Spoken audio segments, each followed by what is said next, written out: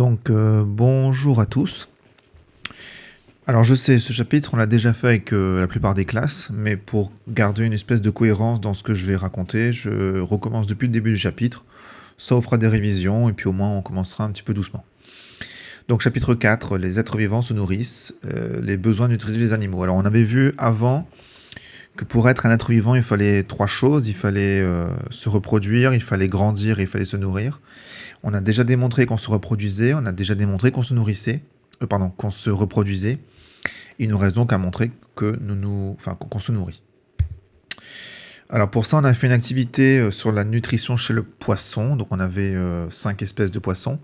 Et avec un document, il était indiqué les différents régimes alimentaires de ces poissons. Et on aboutissait à ce tableau dans lequel on pouvait noter donc le nom du poisson ici, la nourriture que le poisson consommait. Ça peut être du corail, des petits poissons, enfin des algues, peu importe. Et on aboutissait ici au régime alimentaire. On est arrivé à la fin à un bilan. On s'apercevait que les animaux ont des régimes alimentaires variés, que certains mangent que des animaux. On dit qu'ils sont carnivores ou zoophages. Certains ne mangent que des végétaux. Ils ont un régime herbivore ou phytophage. Et certains mangent des animaux et des végétaux. Ils ont un régime omnivore. L'espèce humaine, elle, est plutôt omnivore. Le grand 2 de ce chapitre, c'est les besoins en nourriture des végétaux chlorophylliens.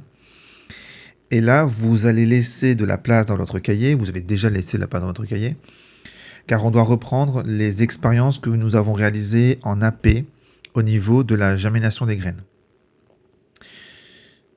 Et au niveau de des besoins nutritifs des végétaux. Donc on fera un petit peu plus tard. Alors non, ça sert à rien, donc ça on le fera plus tard. Oui, on arrive à là. Donc grand 3, les relations alimentaires entre les êtres vivants. Donc ce qu'on va dire là, c'est que les êtres vivants ne vivent pas les uns à côté des autres, évidemment. Il y a des liens, en fait, entre tous les êtres vivants qu'il y a sur Terre. Et l'un de ces liens, c'est un lien alimentaire. On le voit notamment sur ce document. Alors ce document, il nous apprend à faire ce qu'on appelle une chaîne alimentaire. Alors il y a une méthode, il y a une nomenclature. Une chaîne alimentaire, c'est deux choses, c'est des maillons, ça sera les êtres vivants, et une flèche. Et attention, là, il y a un piège. La flèche, elle a un sens très précis. La flèche, elle veut dire « et mangé par ». Ça veut dire que dans votre chaîne, c'est le maillon 1 qui est mangé par le maillon 2.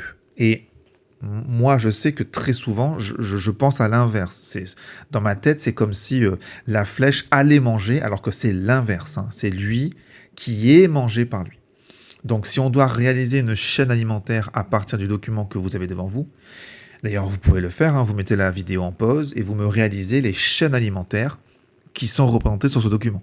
Alors pour vous aider un petit peu, il y a deux chaînes alimentaires sur ce document qui sont liées forcément, qui sont liées parce que... on verra pourquoi, ils sont liés. Donc après avoir mis en pause, voici le résultat qu'on obtient. On a les feuilles, donc les feuilles sont mangées par les criquets sont mangés par l'araignée est mangée par la mésange est mangée par le chat.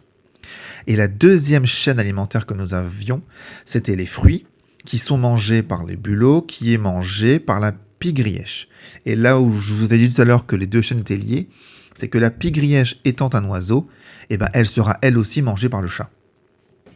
Donc on aboutit à deux chaînes qui sont liées. Vous voyez qu'elles ne sont pas dissociées les unes des autres. C'est pour ça qu'on dit que dans un milieu, les êtres vivants vont avoir une influence les uns sur les autres. Alors cette chaîne, elle est intéressante parce que, imaginons que vous ayez un pouvoir magique et que vous arriviez à supprimer par magie un animal que vous n'aimez pas. Par exemple l'araignée qui est ici. Je sais qu'en général, on n'aime pas trop.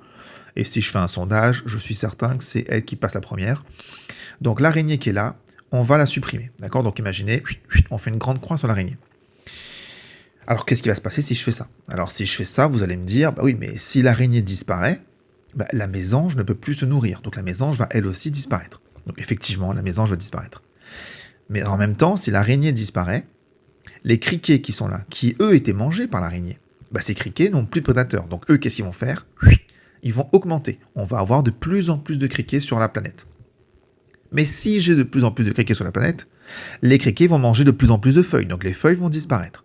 Et évidemment, si les feuilles disparaissent, les criquets finiront par disparaître. Vous voyez qu'en enlevant l'araignée ici, j'ai supprimé tous les êtres vivants qui étaient sur cette chaîne. Alors il me reste le chat, me direz-vous. Mais le chat, c'est pareil. Si le chat, qui avant mangeait mésanges et pie grièche, ne trouve plus de mésanges, que va faire le chat? Il mangera plus de pie grièche, forcément.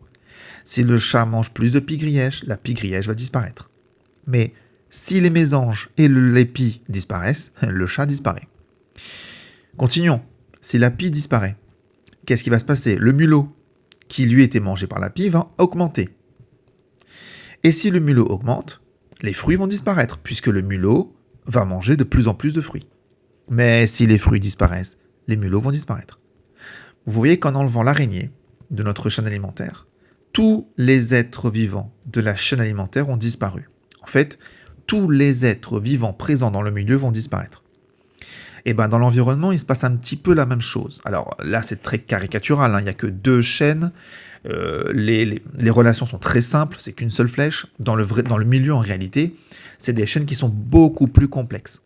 Mais la finalité est la même.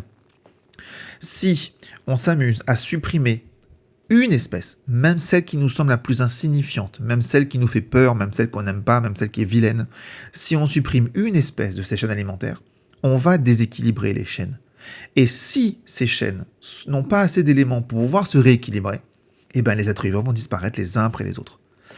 Un des exemples marquants et d'actualité, c'est le requin.